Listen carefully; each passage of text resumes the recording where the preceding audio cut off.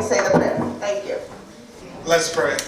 Father, we thank you for this blessed occasion, 75 awesome years for Mr. Crawford, and we pray for many more years of happiness and just to encourage him. And we ask that now as we prepare to partake of this food, that you would bless it and you will sanctify it and let it be for the nourishment of our bodies. In Christ's name we pray. Amen. Like I said, after we attended, we realized, you know what? This is a special time. We wanted to invite all of my father's special friends and family. And I'll tell you what, he really went through his Rolodex. A really special time. And we realized that, not every year you turn 75, right? Get down, please. Thank you very much. Okay, what I'd like to do next is I'd like to introduce, we have some songsters here. And we have Yvonne Allen and Jackie Flowers who would like to sing a special tribute to my father. All right. Good evening, good evening. Good evening. We just want to say that, Bob, we realize that 75 years, wow, that's wonderful. But we know too that over half of those 75 years you spent with your lovely wife and the woman that you love, right? So, but we know this too. Guess what? We know this. Love is strange.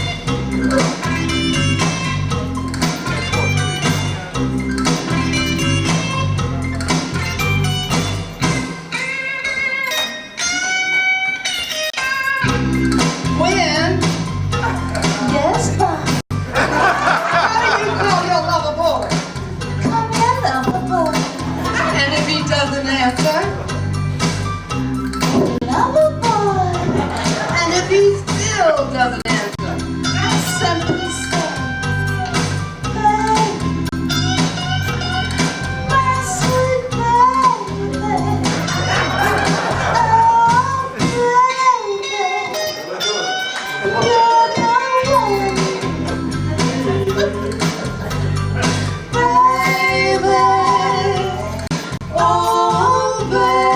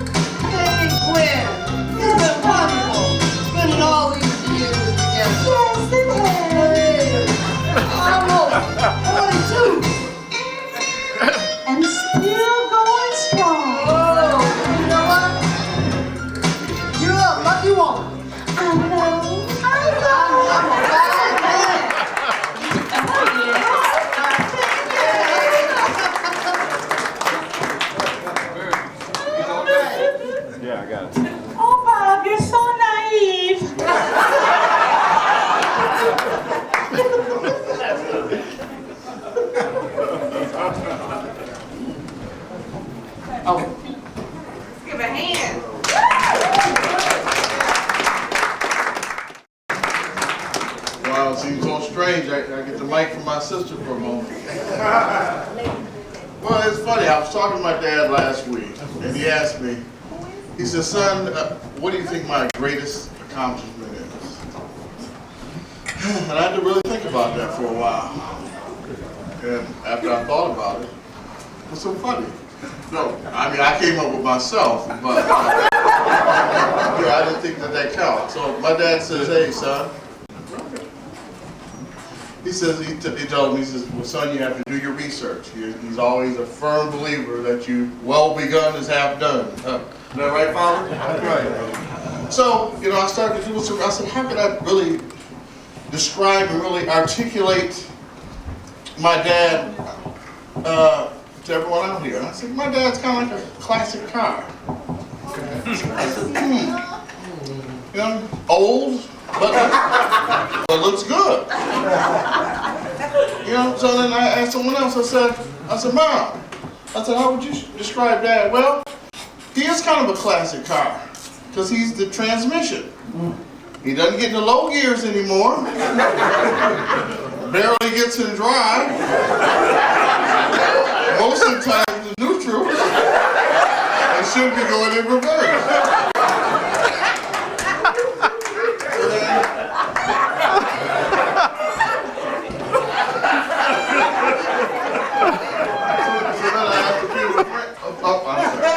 I asked a few of his friends, I said, well, would you say Dad's a classic car? And they said, yeah. They said, yeah, after a few years, a few trips to Ferguson's hospital, the rear brakes don't work like they used to. Okay. And somebody said that the wiper blades are dull, and you don't see that well. The trunk is wide. Classic car. But even after all that, after 75 years, it still runs. And some cars can be seen in the salvage yard where the car is still running today. And I would like to say that my dad is one of the hardest working men that I know. And that's, he can outwork some of the young guys, like my son here. No, I know you don't have to go there. Outwork them left and right. He really will. And you. Huh? And you. We're not referring to me. We're talking about you. You're the subject of that. But here's my sister to give my dad a list of a few things that he's done during his lifetime. Okay. All right. Well, thank you. All right. Well, what I wanted to do is talk about some of my father's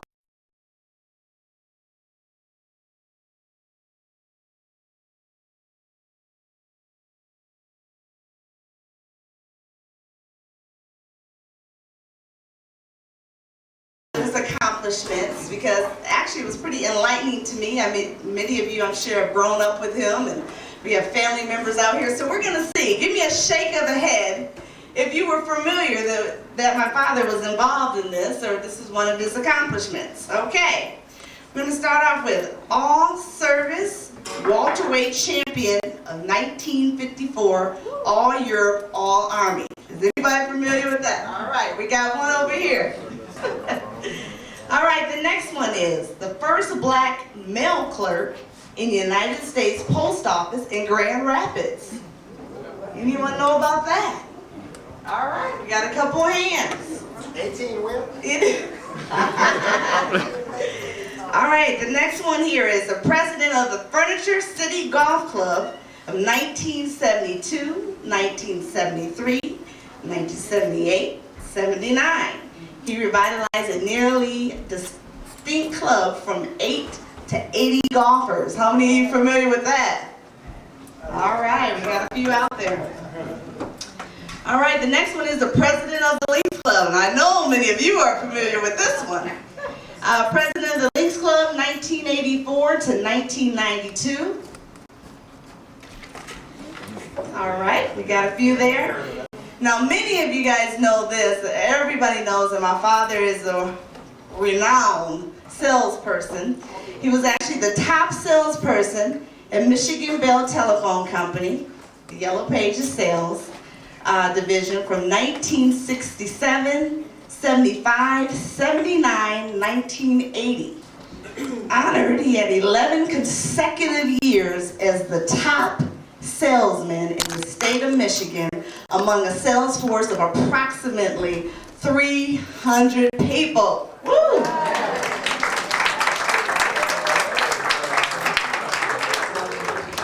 And this was an achievement never before accomplished by a single salesperson in one state or region. And not to mention, he was a black man in the 1970s. So just a little bit about it. He started, like I said, as a rookie salesman in 1966. He was told by upper management that he was not qualified. He was honored 2 years later for setting new sales standards. In 1980, after he was unhappy with the sales and marketing tactics of the telephone company, he left Michigan Bell to form his own company called Crawford and Associates.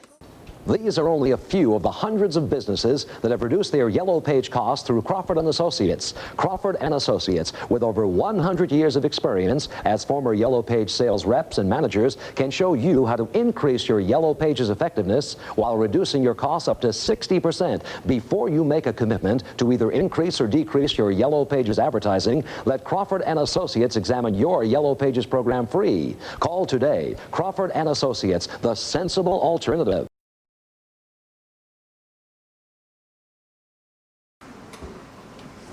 Couple other accomplishments about my father.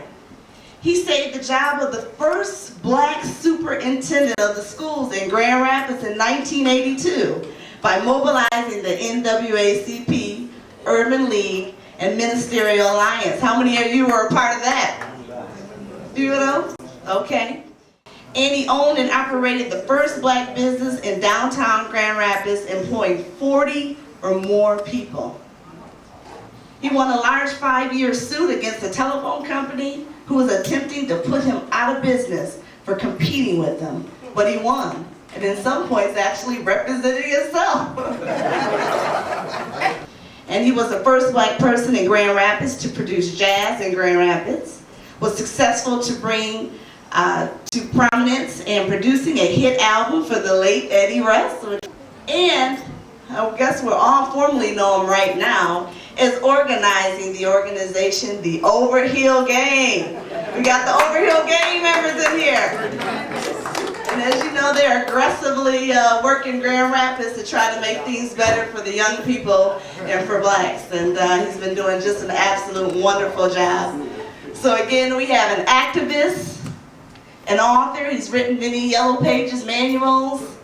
And he's done a lot of things in the community. So let's give him a hand for all of his accomplishments.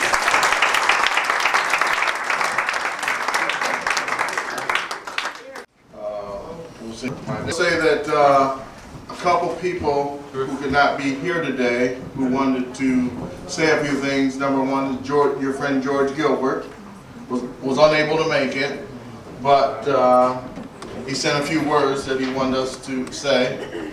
It said, "Bob, pursuant to our last conversation, I must say I see several commonalities in these activities.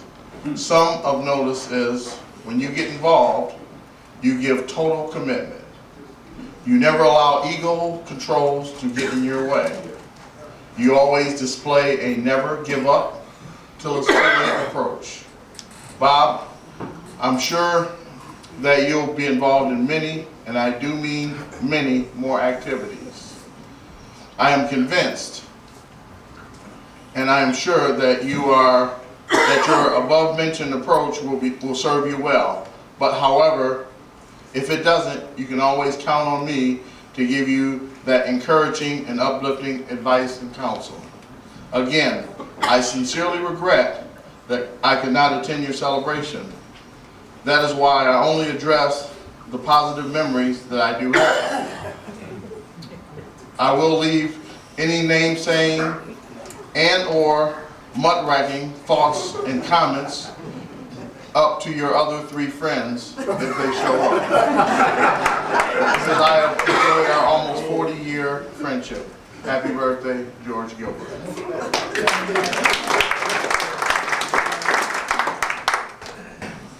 is from John Canaran. This is the gentleman who helped my dad get into the Yellow Page business. It says, "Dear Bob, I'm sorry that Pat and I cannot be there in person to help you celebrate such a great milestone. I had no idea that you turned 75. You should lie about your age because you certainly don't look a day over 74. The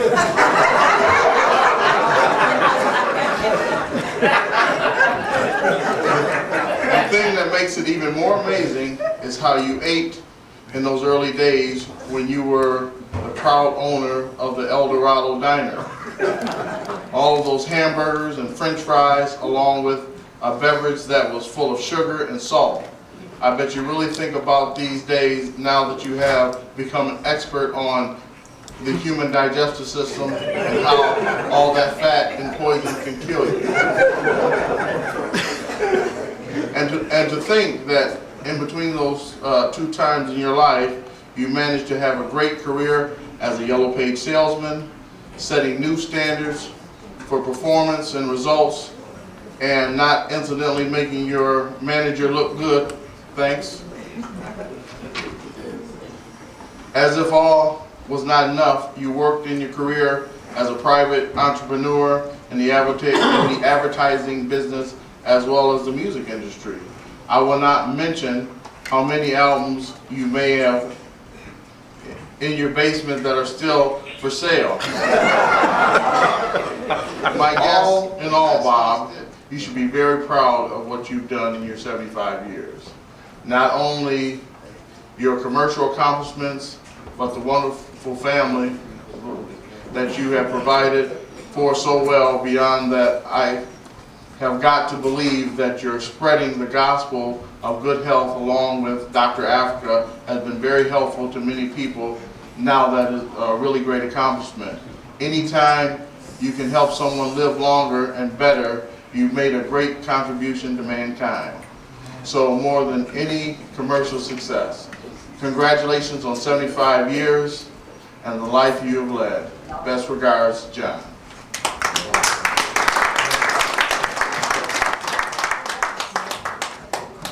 All right, well, what we're going to do a tradition here.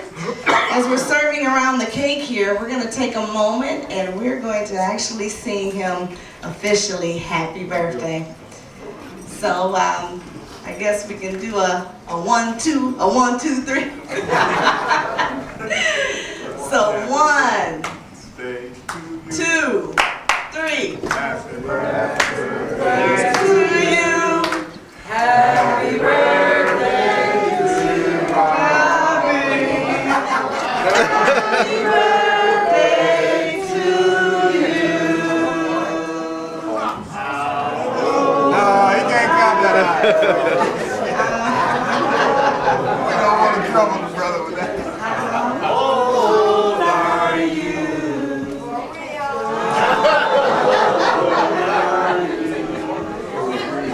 I'm trying to get a key. Please stand if your birthday is in the month of December, so we can also sing you a special tribute. We have Susan back there. We got any other December birthdays? Oh, John Matthews. Okay, don't be shy. We got any more out there? All right, David. All right, any more?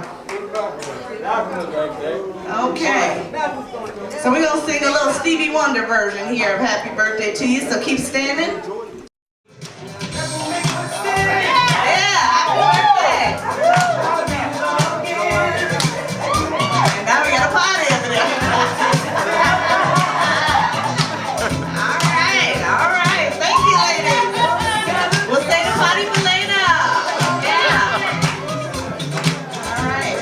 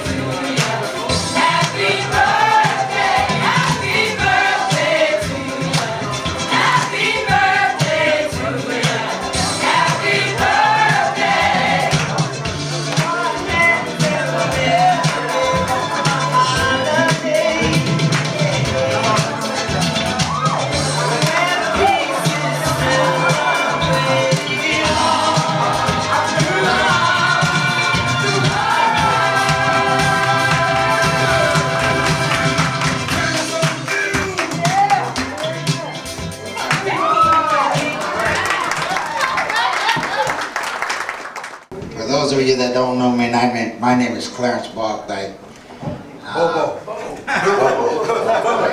Whatever you prefer. But anyway, my association with Bobby Crawford started in 1945. Goes back a few years. I started high school in 1947. But Bobby and I both went to Henry School. I went to Henry School in the first grade, and Bobby must have been about the fourth. And then when I hit, he doesn't want to talk about that. But when he started in the service in 1954, the reason why he was so good in boxing, because in 1945 I was his punching bag. And through the years, he had a lot of practice on me and also James Scott. I don't know if you know James Scott or not. But they used me as their punching bag. And they used to come with these triple hooks, right hooks, and then uppercuts and all this kind of stuff. And Bobby told me one day, he said, man, I said, watch me do this. So just stand right there. I said, no, man, you gonna hit me. He said, oh, man, I ain't gonna hit you.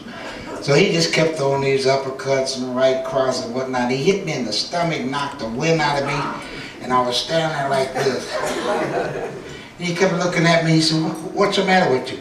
He said, man, say something, say something. But he didn't know that he had done that. James Scott did the same thing. But through the years, I knew that he was going to be a good boxer because he had some older brothers that used to beat him down too. And ours were joined together.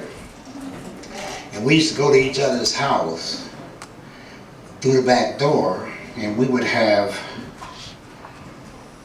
a salad dressing sandwich, or it would be sugar and butter sandwich. Never consisted of any meat. Everything was bread and potatoes, you know.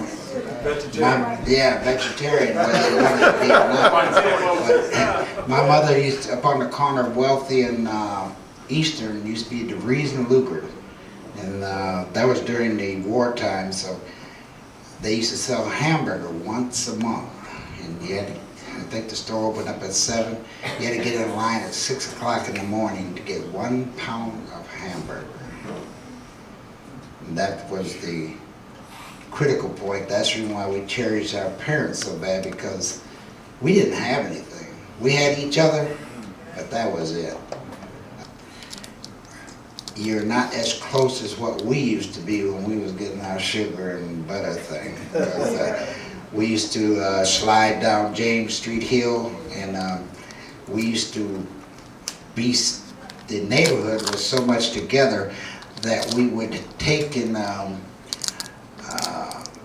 if you were sliding and you had a rubber boot that fit the left foot and another brother had a boot that fit the right foot, you would switch over after about a half hour because the foot would start to freeze.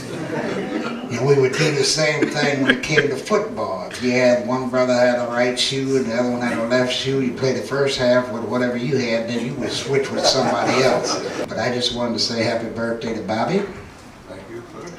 Thanks for the tremendous, Bobby's been instrumental in making me believe that I could do some of the things that I did. People started coming up. I remember the first time I was approached by anybody to go to college, and I was a senior.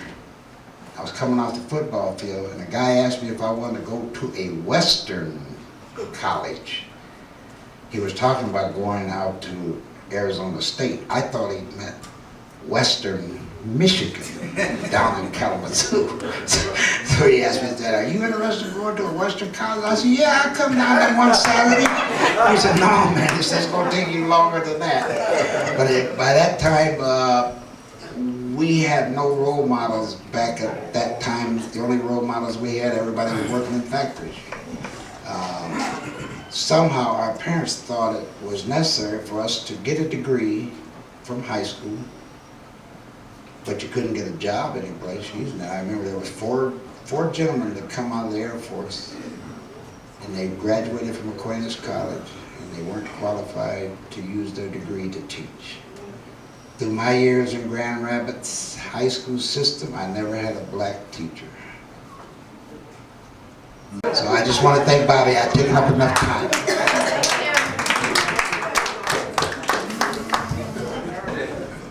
How's everybody? All right.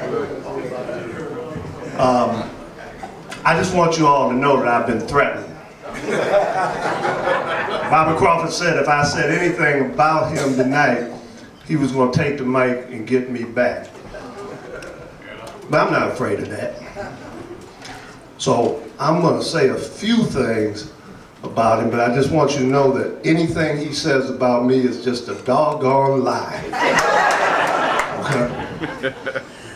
Because Bobby and I go kind of way back. You know, Bobby has been a very professional salesman, but Bobby has sold some snake oil too. And he got me caught up in the beginning of my career selling some tax shelters out in California with a man, with an accountant named Gil. We used to go out to California. And you know, I like things like this because this is the only time I can find out how old he really is, because he lies so much about his age, you just never know. But anyway, we went out to California, so I'm lucky to have my license today after coming back. Woo, there's some stories I can't tell you about some of the stuff we did with those trips. But we go back to the Lynx Club, and how he used to talk about me through that and things of that nature. So I just got only a couple more things to say about him. You see, if you look at him right now, you see he used to have a chin. The boy has no chin at the moment. Now, even when you saw those other pictures, you see he never really had much of a chin, but when he was younger, he had a little bit more of a chin. Well, I understand that he used to be pretty good with the gloves and boxing and that type of thing. I understand he's pretty good. I didn't know you back then. It's probably pretty good for me. I didn't. But he lost a few steps as he got older. And there was a time we were on the Briarwood golf course. I think it was the 7th or 8th hole anyway, the one that goes down the hill or whatever. And I've always been a little clumsy all my life. Bobby would hit a 300-yard drive, and Bobby gets mad when somebody thin like me without driving, so he was walking back when he shouldn't have been. And I tripped or something. It was either my club head came up or my fist came up and knocked him in the chin and knocked the rest of his chin off. And he still blames me to this day for that. The only other thing I'd like to say is I really like to give tribute to the person that deserves tribute today for this 75th birthday. And that's the other 9/10 of his relationship, Gwen. And as Bobby used to say when he saw me and my wife, well, I'll just flip the script. Gwen, you look as beautiful and ravishing as ever. And Bobby, you just look as ugly and ravish as you are. Now, you know, there's a 4-letter word that describes a relationship. And when you look at Gwen, it's got to be love. It's got to be love. Because you've got to have the patience of Job to have lived with this man as long as you have, and to smile at him and to look at him as long as you do with that loving eye that you do. And the 4-letter word for you, Bobby, was luck. You are lucky to have this woman for as long as you be in love with you.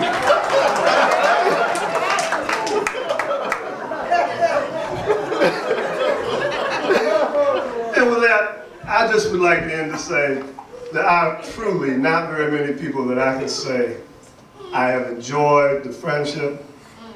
I know sometimes you say I ignore you, I'm too busy, I don't call, this, that, and the other. But you're always on my mind all the time. You know, when I see somebody funny on the TV, I think of you. Amos and Andy come on, I think of Calhoun and you. You know. but you truly have enriched my life and have made this place a much better place to deal with. Congratulations.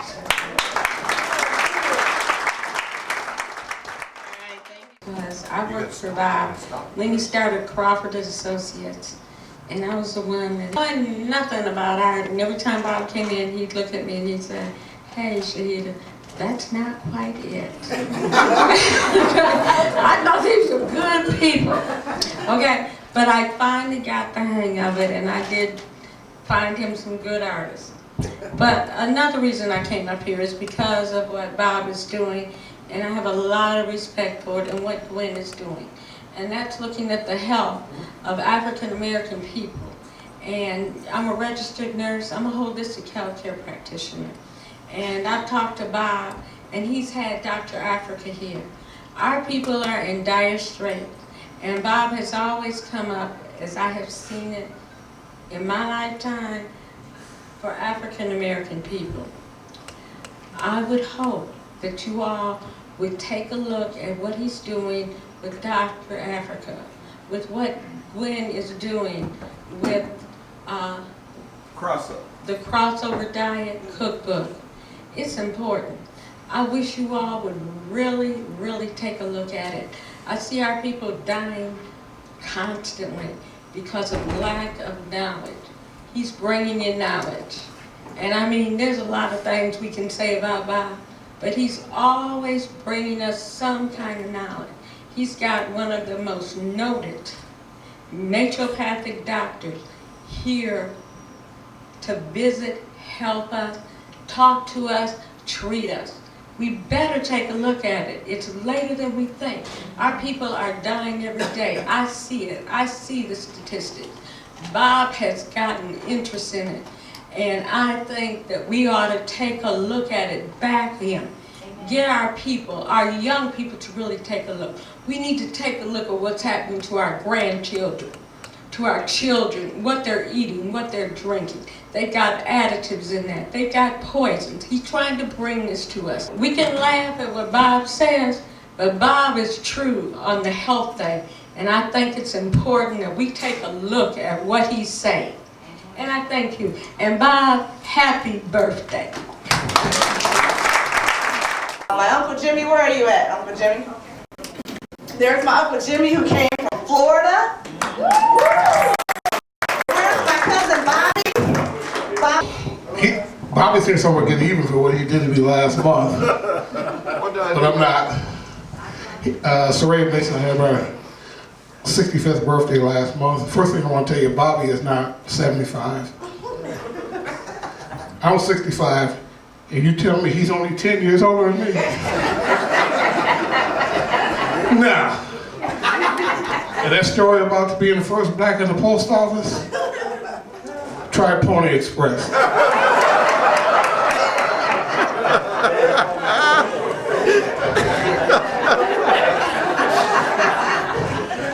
As I recall, I think he and Moses were closely related. I don't have a scar on my face, I don't know why, but years ago, if y'all remember the old pot-belly stoves they had on them, once I tripped and I fell and I burned the side of my face. And there's no scars, but a few years ago, Bobby confessed. I don't know if he's teasing or not, but he says, "Now that you're grown, I can tell you the truth. I tripped you. I'm the one that pushed you. You did not fall." So I'm remembering that. Anyway, I'm just going to be short. I enjoyed it. I met some people here today I have not seen in literally 40 years. I found a niece I didn't know I had, was 24 years old. And all in all, it's been a good trip. I hate the snow. But I'll tell you, 24 hours from now, I ain't gonna be in this stuff. My plane leaves tomorrow. Last I looked, it was 78 degrees, 82 tomorrow in Orlando. I will be there 24 hours from now. But anyway, hey brother, happy birthday. I hope you have 75 more. But I'll tell you one thing, I ain't gonna be at the 150th birthday. All right, thank you very much, Uncle Jimmy. All right. right, who do we have next? All right, Mr. Sorrell. All right, it's gonna be good.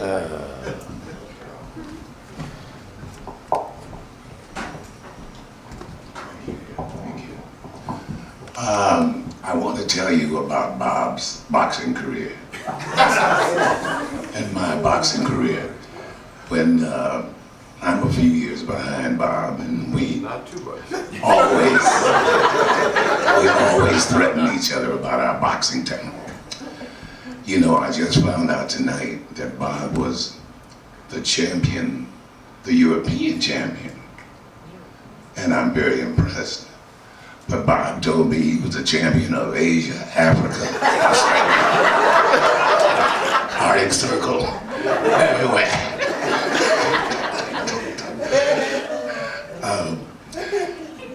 When I started boxing, I turned pro at 18 years old.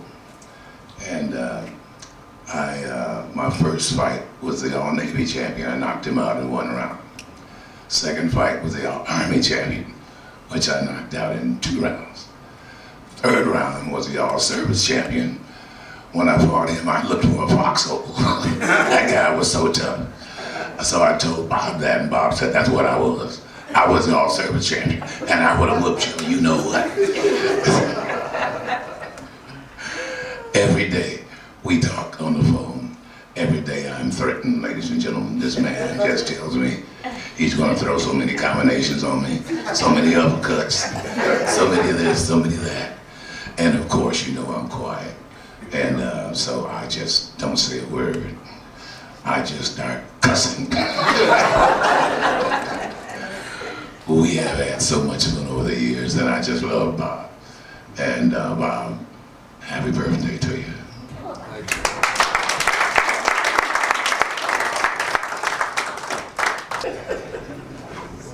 People.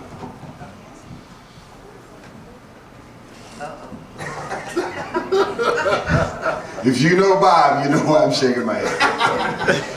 I met Bob Crawford officially back in 1978 when I decided I was going to stop being a bureaucrat and go into private industry. Bob was Yellow Page sales manager, and Yellow Pages was looking for a few more colored. And he told me, son, this won't work. You'll never be successful. You don't smile enough, which I don't. So give me a shot. I'll listen and do everything you tell me to do. Bob was the first Hall of Fame salesperson I'd ever met. So my goal was to become Hall of Fame. I listened to everything he said. I tried everything he told me to try. And I was Hall of Fame. But then my mentor, they established something new just as he left. It's called the President's Club.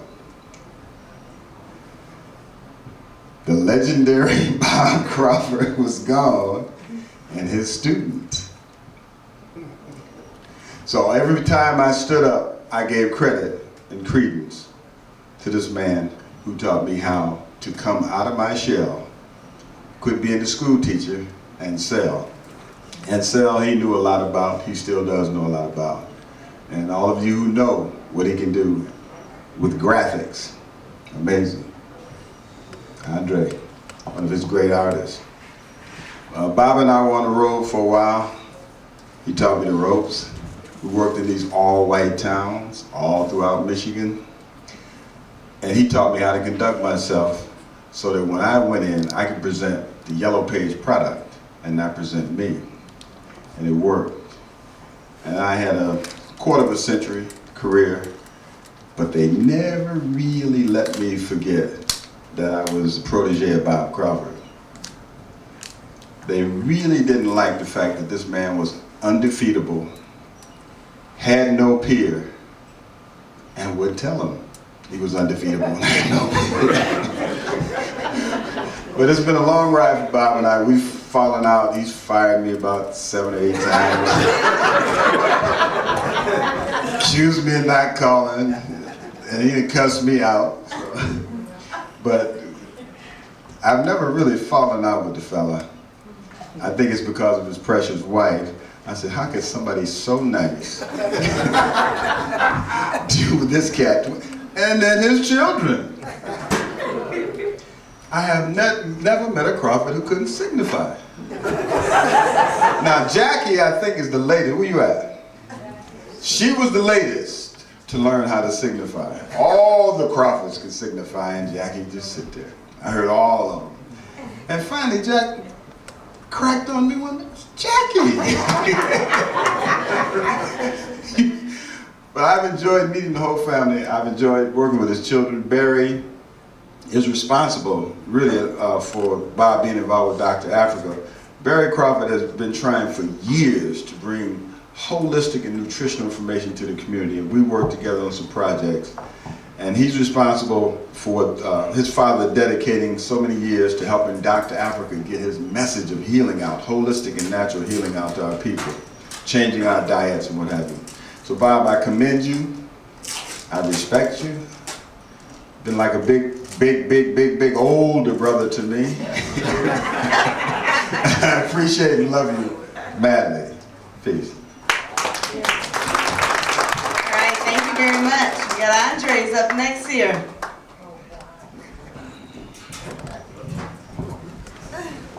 Good evening, everyone.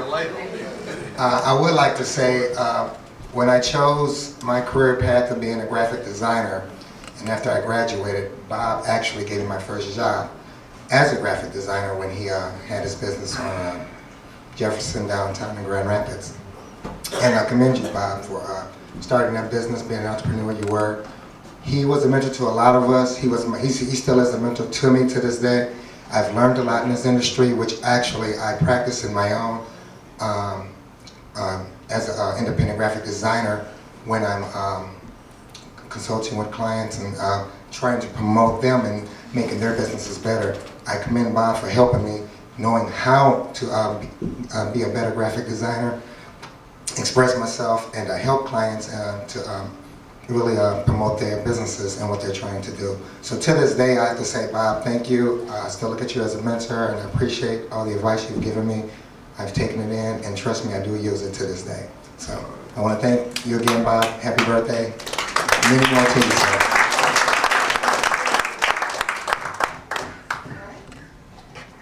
All right, do we have anybody else that wants to come up and say some words? All right. Susan. Well, I love my Uncle Bob. He's been so influential in my life, so as his partner. But I just appreciate him. His little comments. I'm like the sixth child. Was always at the house. He'd come and get me. We had to laugh at his wonderful jokes. He's just a great uncle. He's been a very, very great influence as a man in my life. And I just want to say I love you and happy many more birthdays. Well, good afternoon, everyone. First of all, I want to congratulate Gwen again. Gwen, thank you so very much for all the wonderful work that you've done to keep the families up on the straight and narrow, and also for keeping Bob contained. I'm a relative newcomer in relationship to many of the people who got up. I came here in '76, and I was very fortunate to meet many of this golfing group. They call themselves the Duffers. I never played golf, and so I came out, and as a matter of fact, Leroy Davis said, "You're going to meet a guy by the name of Bob Crawford. And whatever he says, don't believe him."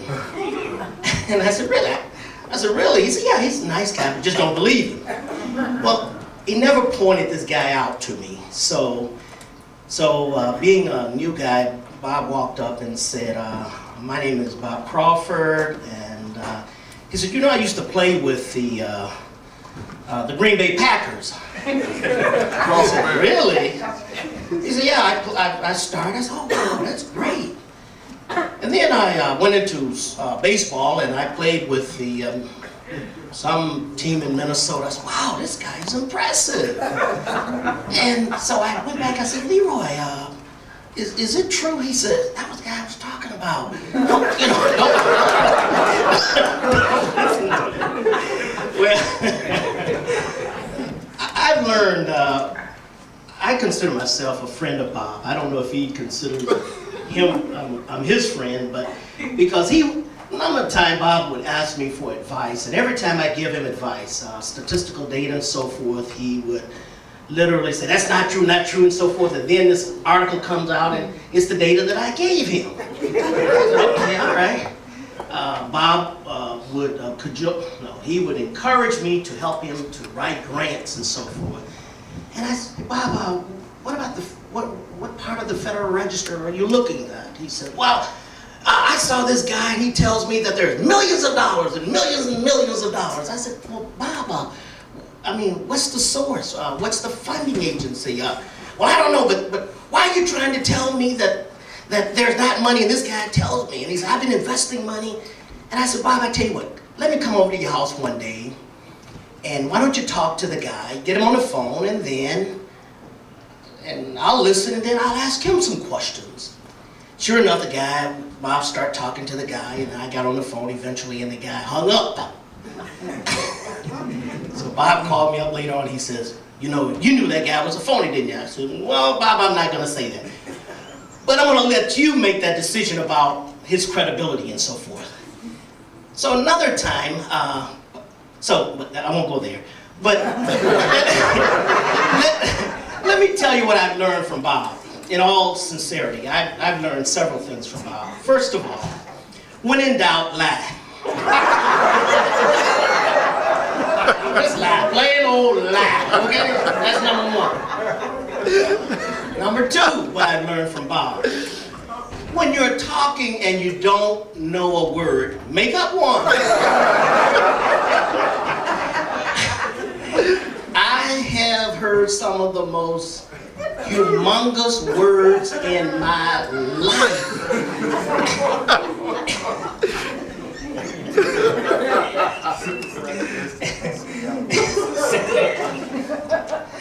That's my friend. Well, I think I've said enough, Bob. So, congratulations, and I'm so happy. Oh, the other thing too, he asked me, he got really upset with me, with Dr. Africa in town and so forth, and he asked me if I watched this tape. And I said, Bob, I watched the tape. He said, what do you think about the information? I said, Bob, it's great. He says, well, you don't sound so assured about some things. I said, well, Bob, you narrated the program, and I think that you are not the best subject to portray this message. I said, you talk about, overeating. You talk about, your skin coloration and the fat jaw and on. I said, Bob, everything you say that you shouldn't say, you're indicative of it. I would strongly encourage you to get another model.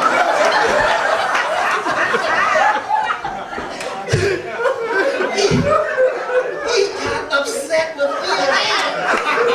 So I said, Bob, why do you ask me these things? I said, you asked me to be honest with you, and every time I'm honest with you, you get upset with me. So, Bob, I'm going to take your rule number one. Rule number one, whenever you ask me something, I'm going to lie.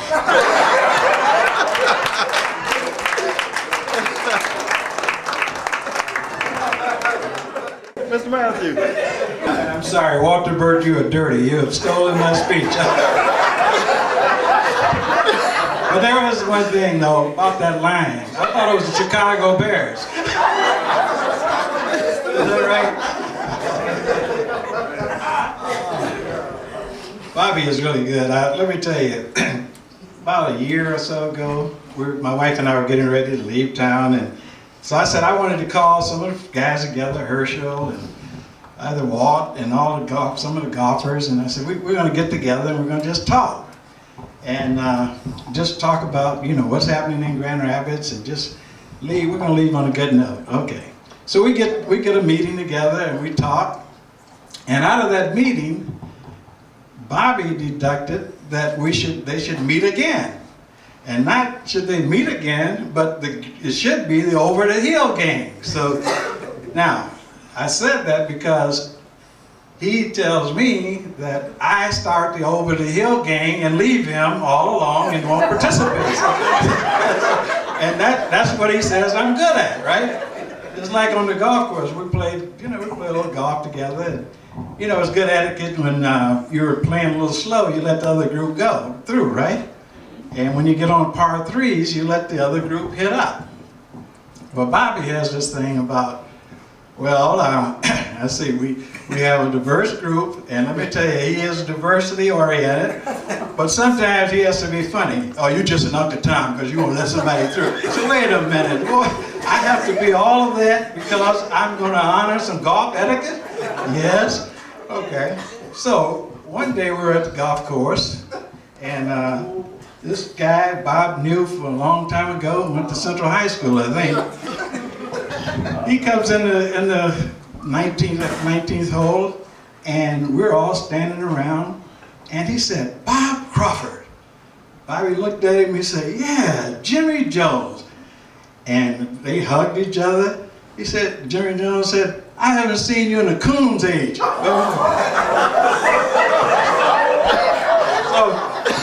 So we just looked at him, and we were being nice because, what could I say? We got to the first tee, and then all the guys just fell out. Bobby said, "I knew you would say it. I knew you all would do that." But anyway, Boo-Boo, you were talking about Bob's boxing exploits. I always heard, Jimmy, you can tell me if I'm wrong, I always heard the toughest one in the family when it came to boxing was Kate. Now, is that true? All right, I just want to straighten some stuff out. I know we don't want to leave here, under some false conclusions here. And I think the other thing was, you may have taken Leroy to the boxing arena once with you to the gym. But anyway, I understand that Leroy bloodied his nose once. He went in and... but I know Bobby is good because he told me just last week I could beat the young man we were watching fight. I can beat Floyd Mayweather. And not only could I beat Floyd Mayweather, but Johnny Butler could, and he started naming everybody off. So I want you to know, he said it. He doesn't lie, but he said it. But I want to tell you about a trip we took to California. That's a long story. But anyway, I'll just say this, that I appreciate Barbara Crawford as a friend. We've been friends now for a few years. I won't call him my model because there's some things I wouldn't do that he does. But anyway, when Bob decides he's going to fight the inequities, he will fight. So if I'm going to war, I do want Bob Crawford with me. And Bobby, what I know is this. I heard that one time, a guy went to the doctor, he was 75 years old, and he said, the doctor said, "Let me tell you, you got a couple of serious things wrong with you. How do you want to hear it? You want to hear the worst first?" He said, "Yeah, give it to me, doctor." So he said, "Well, you have advanced AIDS." He shook his head. He said, "Well, what's left? What else, Doc?" He said, "Well, you also have Alzheimer's." He said, "Well, damn, Doc, I thought I had something bad to it. That's good." That's good. I thought something. Anyway, Bob, I know I said that because you might forget. I know you're going to get even with some people, so just forget. You'll forget that one, won't you? All right, Sister Terry. All right. I'm the oldest daughter, Terry. And a lot of Dad's colleagues, rather, know him as the Yellow Pages doctor. But some of the family members know him as another doctor, the nerve doctor. Most of the times he had a lot of nerve, and a lot of times he found that last nerve.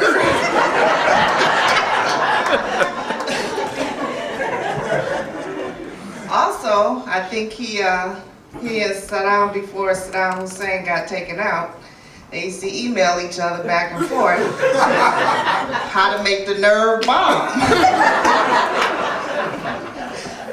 One time when I was 14 and my oldest brother Bink was 10, Dad was really into heavy into the yellow pages then, and he started this little box, looked like a shoe box, shoe shine box.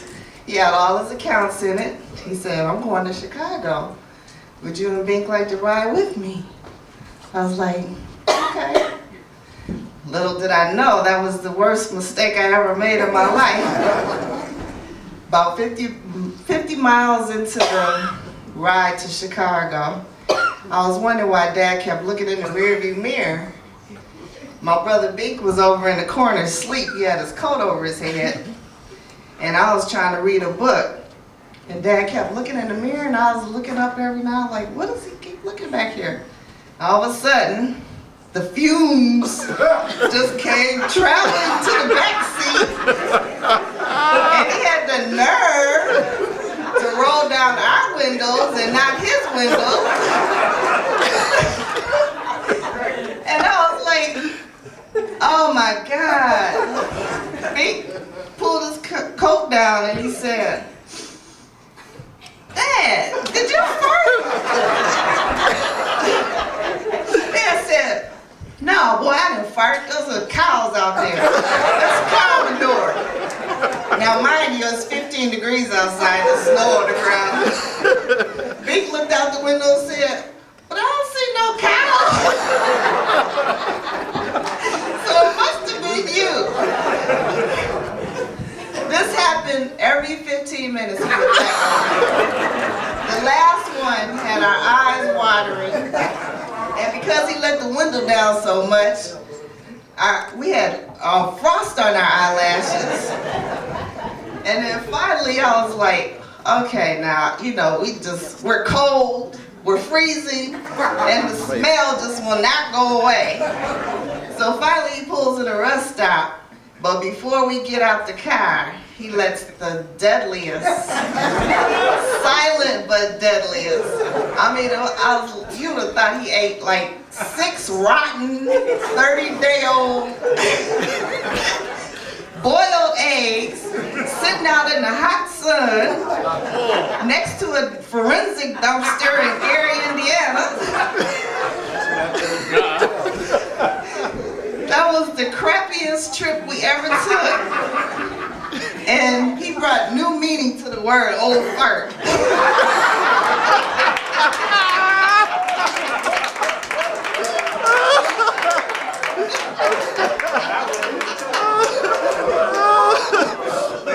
Every time he rolled the windows down, we knew what was up. So we would just put our coats over our heads. And Bink was back there in the corner. He was like in tears. He was like, I can't take this anymore. Dad said, I can't help it. But anyway, on a good note, I just want to say that I am proud of my father for being here, for all his family, my brothers and sisters, because a lot of my friends don't have their fathers, never have had their fathers in their lives. And I'm one of the lucky few who has. And even though we had to listen to, you know, Sunday lectures number 682,000 when we wanted to go out and play, a lot of the stuff that he taught us and raised us has really helped us in our adulthood. And very proud of you, Dad. He's been a great dad. Strict, but great. We always had food on the table. We always had a warm place to stay. And he was always on the road supporting his family. He always taught us, you know, to grow up, taught us about finances and never to settle. And, you know, just be the best we could be. And whatever we, you know, basically don't be a quitter. Always be a winner. And so my father is a winner. Today and every day. Love you, Dad.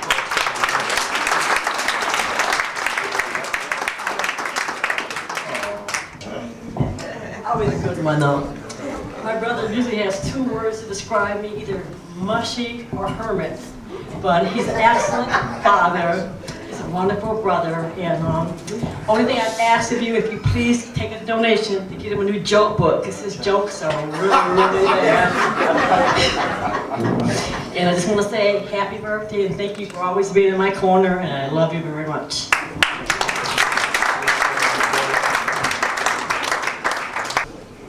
You bigger than I am, brother. But anyway. My Uncle Bob. Wow. I can think of a lot of things. You guys talked about the Chicago Bears. Well, think about being a young kid and your uncle says, oh, I played for the Bears, blah, blah, blah, blah, blah.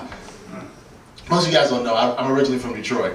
So I would come up to Grand Rapids and we visit, and I'd spend time because Barry and David, all of us are around the same age, so we would spend time together. Oh, I played for the Bears. And so I'd go back to school in Detroit. Oh, my uncle plays for the Bears. He plays for the Bears. My uncle plays for the Bears.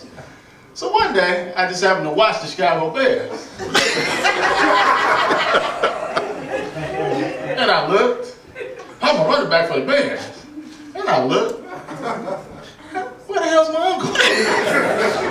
I scanned the sidelines. I didn't see my uncle. I looked at it. They didn't say he was injured. So finally, I kind of realized that he didn't play for the Bears, but we kind of let him go on with that joke for the last 20, 30 years.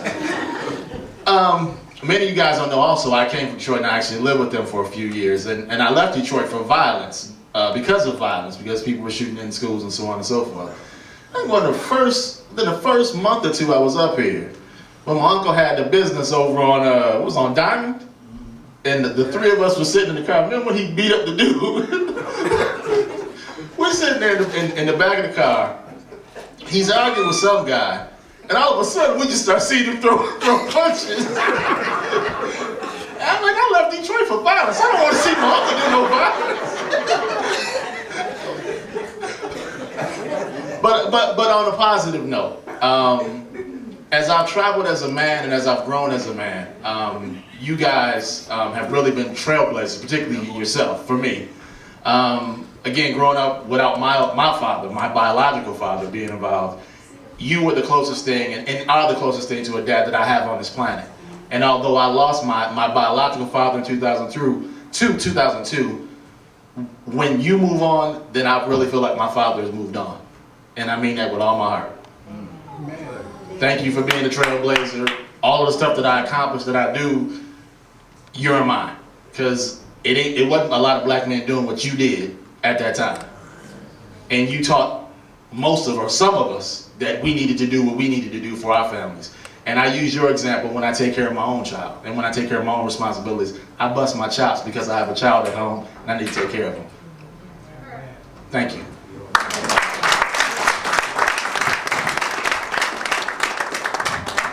Got the grandchildren here.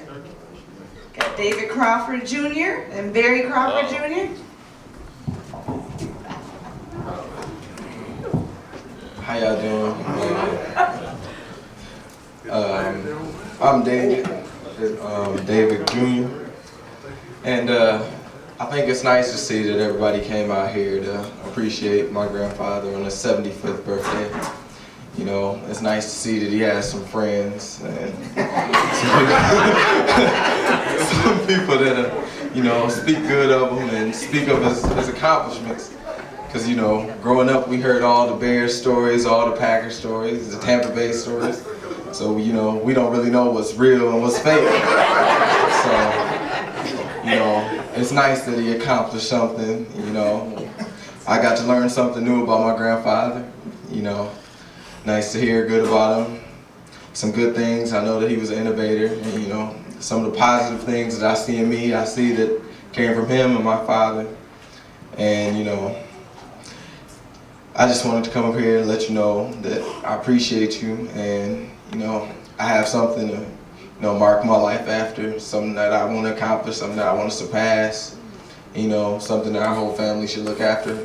So maybe in the next 50 years, when I reach 75, maybe they could be doing this for me and so forth. So, thank you. Hello, my name is Barry Crawford Jr. I'm here to say my appreciation for my Uncle Bob, not Grandpa Bob, because every time I come in the house is, how you doing there, nephew? And besides the Chicago Bear jokes and the Packer jokes, he also has very many other records. 100 points in the game, 75 rebounds, 18,000 assists, and 54 rebounds in the game.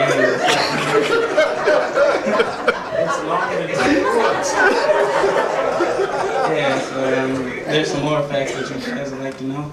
On a serious note, he's a great man, and I'm very proud of him.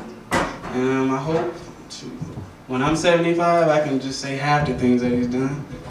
But the most important thing he's ever told me is that winners do the things that losers do not take the time to do. And I follow that every day.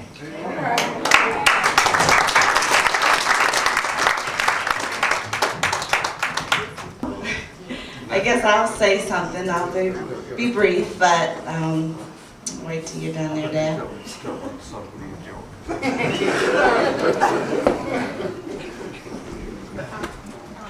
Well, my dad, I think I've become the female version of you, Dad.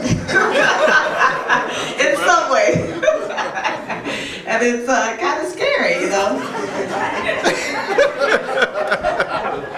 But I remember, you know, being young, and when I was young, I was truly Daddy's little girl. I mean, he took me everywhere when he went to the bands, and it seemed like I was always hanging out with you. Never remembered ever getting spanked, any of that. And then when high school came, another series took over there. I told my dad, boy, it seems weird, like we're kind of going backwards. I got all my whoopings after the age of 16. Is this supposed to work the opposite of that? But my dad is, he's got some guests leaving here. Or coming. But I just wanted to say what my dad means to me, because he really truly, like my sister said, I mean, when we were growing up, there was nothing we ever had to worry about. And my father truly was a rock for us. I mean, he was strong, and he really took care of home. And I know he went through his share of ups and downs, but again, we never knew, you know, we never knew that we ever hurt for anything, because he always took care of business and took care of home. And so I just want to say to my father that I know sometimes we don't always agree. And sometimes you say that my head is bigger than the Rock of Gibraltar. But I just want you to know that I do love you. He always says to me, you'll appreciate me when I'm gone. You'll be the one to be the saddest when I'm gone. But I want to tell you, Dad, that I do appreciate you now. And I love you. And I may not always follow your advice. But I do, a lot of things that you say I do follow, but I don't necessarily always get the credit for. So anyway, I just wanted to say happy birthday to you, Dad, and I love you. All right. I guess I'm not going to be very funny up here. It is amazing, though, like Mr. Elaine said, how the signifying is passed down through generations. You can see my son, I mean, I can see him and his friends. I think he went to Creston too. They sound just like we did when we were in school. I got a good friend, Rodney Holt, and we were just terrible, you know, at signifying. I mean, all we did every day in class, after school, before school. And lo and behold, I see Mr. Holt and my dad together one day, maybe after they played golf or something, and man, I can see exactly where we got it from. I was like, wow, you know, I couldn't believe they were going at it worse than we did. I was just telling Rodney about that the other day. But yeah, I'm thankful for my dad. You know, he's, like my brothers and sisters said, you know, we never had to want for anything. I mean, we've been pretty much every place, you know, all over the country. You know, he's tough, you know. I'm not gonna signify, but man, he's tough. To be honest with you, his boxing career is not over. I'm gonna tell you. No, I'm serious. Last year he just got in a fight. Seriously, on the golf course. Some, you know how my dad is, you know, some guy, I think, almost accidentally ran him over with a golf cart or did something, you know, lack of golf etiquette, and my dad hit him, you know what I mean? You know, he don't take no stuff, you know what I mean? And he's just like, hey, you know, you gotta respect him or he's gonna stand up. And another thing is, you know, for all of you guys that haven't gotten on the Dr. Africa train yet, don't feel bad. Because it took me about 3 to 5 years to get him to listen to Dr. Africa. I mean, I was like, Dad, you know, you gotta listen to this information. You gotta listen to it. And he's, you know, you know, Dr. Africa, you know what I mean? And you know what I mean? So, you know, everybody's not on that trip, you know. And finally, I got him where he was going on that, you know, I used to leave and go to Florida for the winters. And so, he, you know, I just gave him some tapes, you know, to listen to in the car. And he, you know, reluctantly took them to be nice. And, you know, on the way down there, he happened to throw in the tape and he heard the information and he got hooked. And you got to give him a lot of respect for, you know, what he's doing at this age. You know, my dad is up, I guess a lot of people don't know, but he's up late hours. I mean, late hours, always on that computer, always doing some kind of work. He's not retired at all. I mean, he might not be working an official job, but he's always, you know, trying to do something, you know, for his people, you know, and that really is from love out of his heart for his people. You know, he don't have to be doing that now, you know what I mean? As Dr. Burt said, you know, I'm not gonna say, you know, it could be too late for him with that information, but he's trying to pass it on to the people that need it. And the fight he's doing with the Over the Hill gang, I mean, he's going through the headaches and you know, trying to bring his people together, you know, at this late stage and kind of, you know, rally the troops. And you know, you got to give him a lot of respect for that. So, you know, I'm thankful for him, and you know, we've had our tough times or whatever, but you know, I know he loves and cares about me, and he's, like I said, he's always been there for all of us, and I appreciate him. So happy birthday, Dad.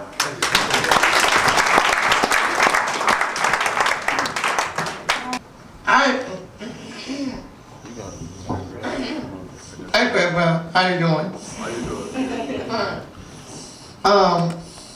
I just want to, excuse me.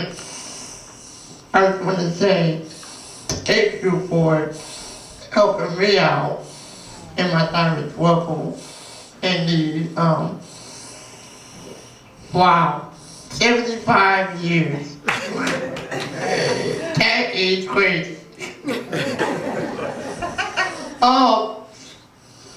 I just want to say thank you. You're a really hard worker. I see you up at 1 o'clock sometimes, working on something with go over there and visit, and I see you, you know, helping a lot of people out in the business world. Thank you for loving me and helping me with my situations and working it out. You're funny. You're real funny too. You really are funny. All in all, I just want to say happy birthday. You're not 20, not 75. You're more like 25 to me. So, I love you and happy birthday. Bye. The woman they've all talked about. You can tell us how you sustained 5 years. Well, I'm not the comedian in the family. And my husband always says, you are as funny as paint drying on the wall. So I don't have a lot of humorous things to say, but we've been married a long time, and we've had our ups and we've had our downs. But through it all, we're still here together. And I want to say to Bob that I appreciate all of the things that he's accomplished in his life, and being a good father, a good provider, and a good husband. And I want to say on his 75th birthday, I hope you have enjoyed it. I hope you have many, many more. And you are the wind beneath my wings.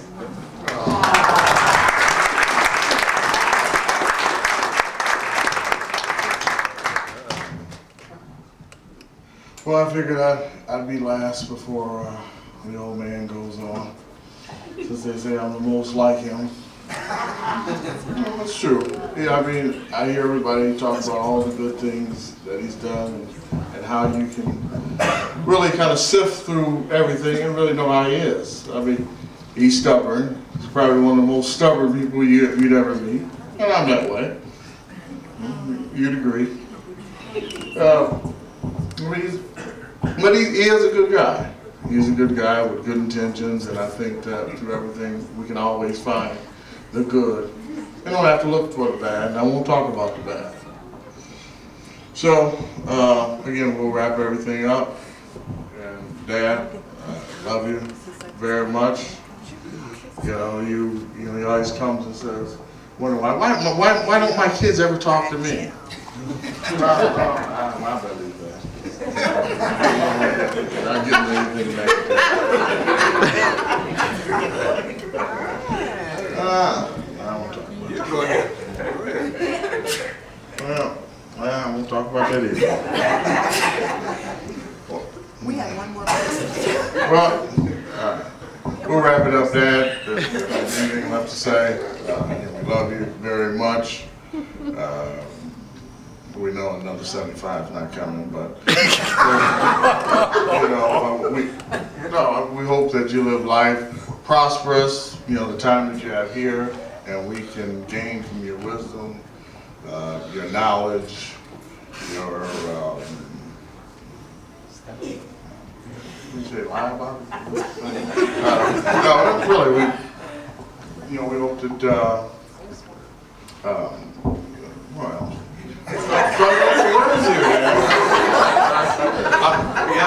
I'm trying to define greatness, and the words just aren't coming to me. What's that? Epiphanicity. Oh, epiphanicity? That's one of the words. Oh, that's one of the words? Okay. Well, it is epiphanicness, the great one. Bob Crawford.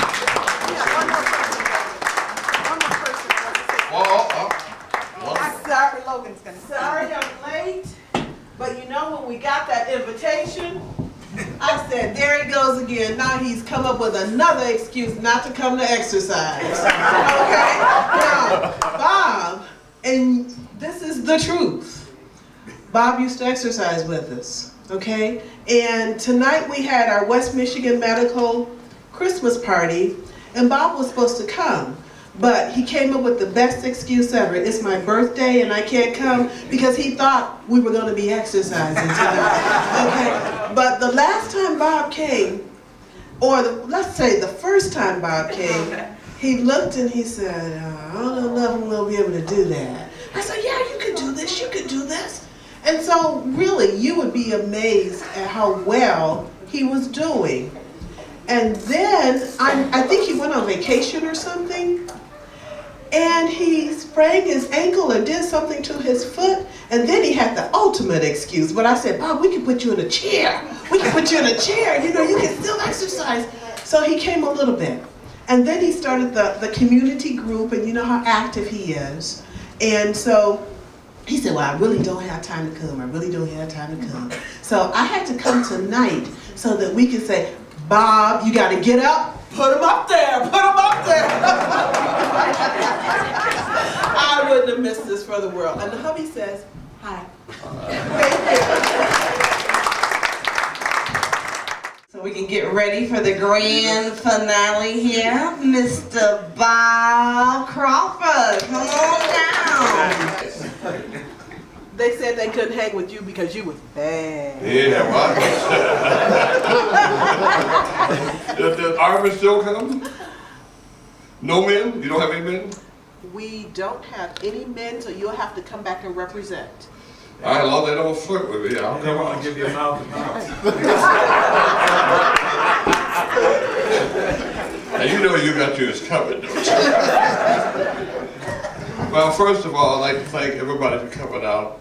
I'm very, very pleased to see everybody. I'm honored that you all thought enough of me to come out.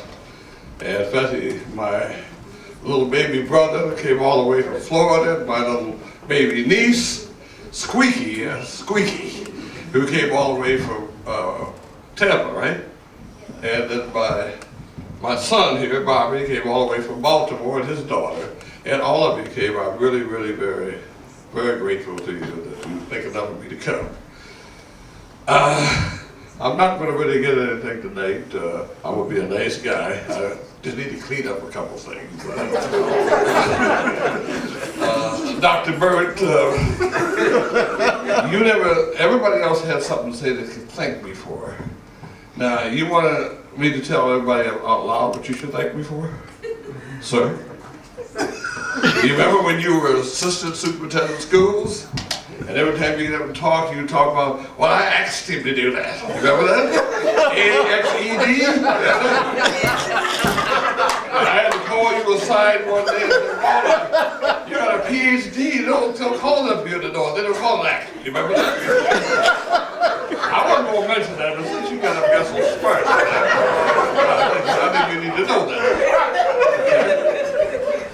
And I got my friend back there, Jerome, talking about, I'll tell all the lies about fighting. And Jerome and I talk just about every day on the phone. And you know, he's had a little throat problem.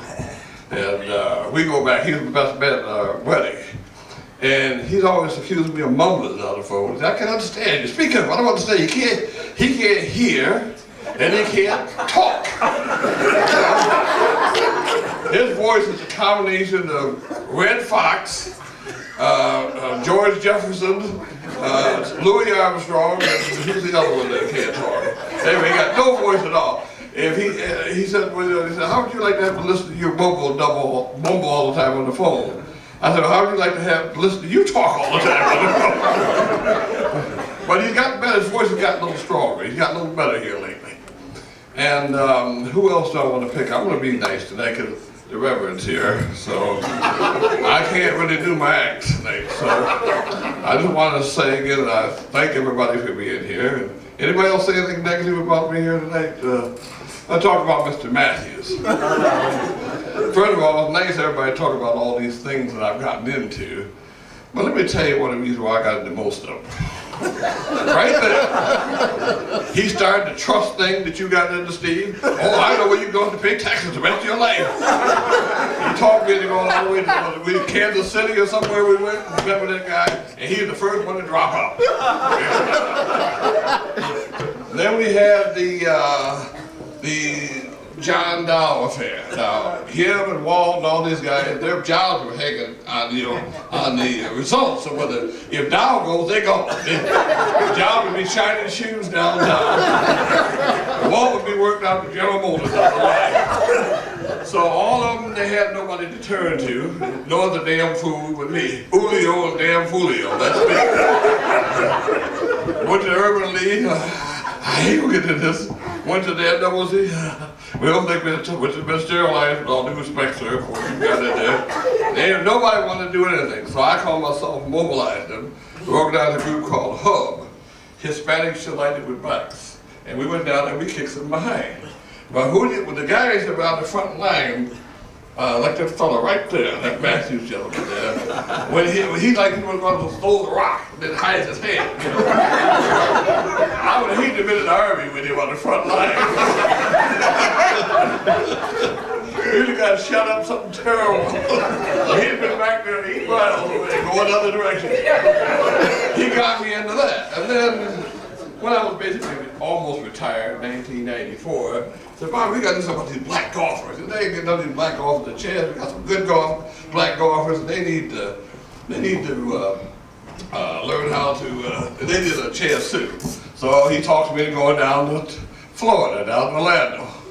So that cost me about another 20 grand out of my pocket. Oh, you didn't spend that much out there. And I put out these, some, about my famous literature. And I put out the literature, where was John? Nobody, I can't get it there. I'm still working with steel case. I can't get it out. So he has pushed me to go in, at least I would say close to at least $100,000 worth of your money is gone because of that man right there. I'm going to tell you that right now. I'll confess that today. Right there. And see, who else do I want to get on? Oh, Steve and Drew. Steve was my first attorney. Now Steve came here, he couldn't see at all. Now you all remember when he couldn't see? He used to wear the big, thick old glasses. One time we were outside playing golf in the sun, and a fly got on the glasses and burned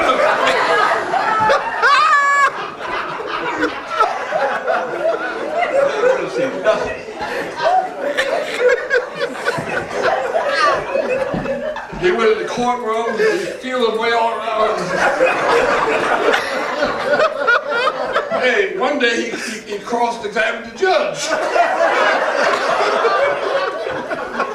So I had to tell him, man, this ain't just that witness, don't go there.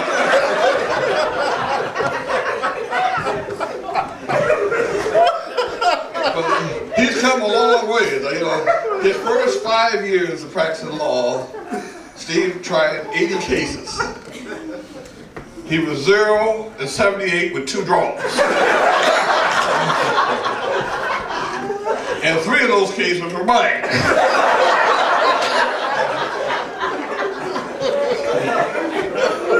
But he has come a long, long ways now.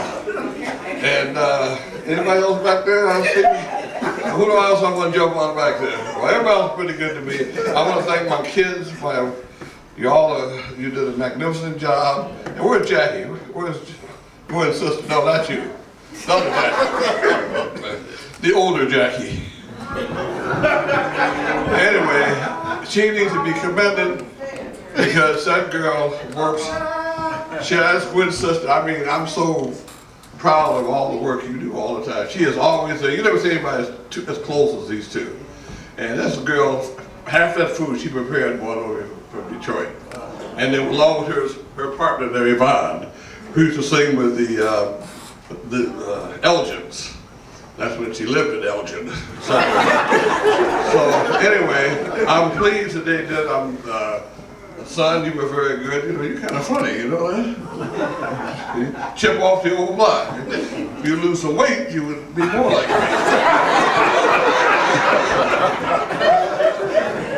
And Soraya, you did a fantastic job too. Very good job. Very well organized by all of you. Barry, I guess you're getting the tape, so I guess I can say you did a pretty good job too. But anyway, everybody keeps asking me how it feels to be 75.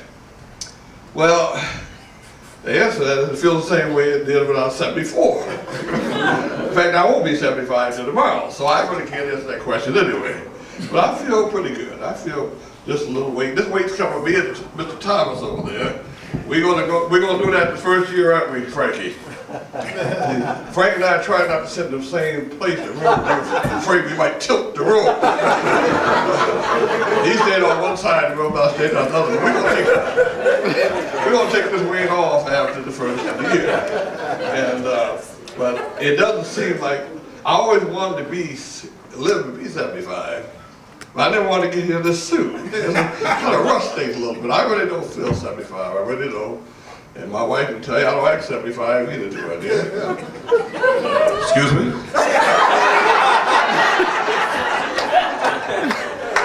That's got a ton. I'm as good as I ever was, right? You heard me. I haven't lost a step, have I? You know, when you get old, it does, things really change, you know, it really does. Everything that used to work don't work the way it used to work. Like David said, you know, your brakes don't work in the back anymore. And, you know, you get out somewhere in the middle of nowhere, you know, that's when you have to go. Then you have to, you find a toilet somewhere. The front don't work that well no more either, you know. And as you know, I suffer from a serious case of no acetol, Mr. Matthews would say. It all went up the front.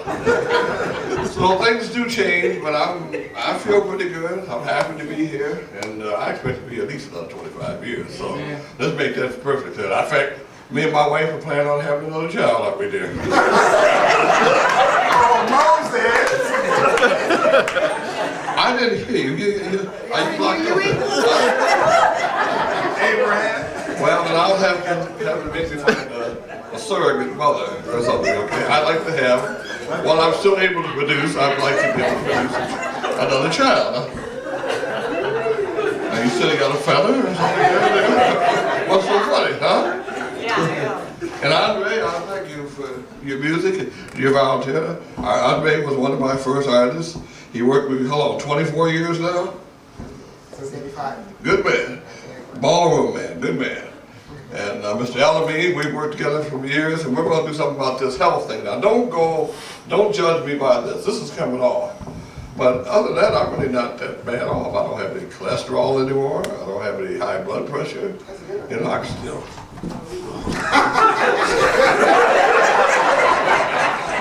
So I ain't dead yet, okay? I may not be Horace Grant, but I want you to know I'm not General Grant either. So I'm down here with Horace at the moment. So anyway, I want to thank all of you for coming out. Boo Boo, nice for you to take us back down memory lane. You know, I thought maybe we were watching a movie or something. I wonder when the commercial would come in. You got us down there, that's all. And Beverly, I'm so happy to see you here tonight. I wanted to tell you that I thought that meal you prepared last weekend was just absolutely gorgeous. See, Beverly got mad at me because about 25 years ago I was emceeing a program. And I said something kind of ugly about her cooking. And I'm not going to talk about that. She's a great cook, a great cook. Back in the day, there's a flaw too, you know. She's overcome those, and I'm not going to say anything about you. You did a wonderful job last week, and I'm so happy and proud to have been able to come to your house and enjoy those goodies of yours, okay? And there's nothing coming by. Anybody else I want to meet up here before I leave? How about my son, Barry? Now, I'm not going to say nothing about you either, son.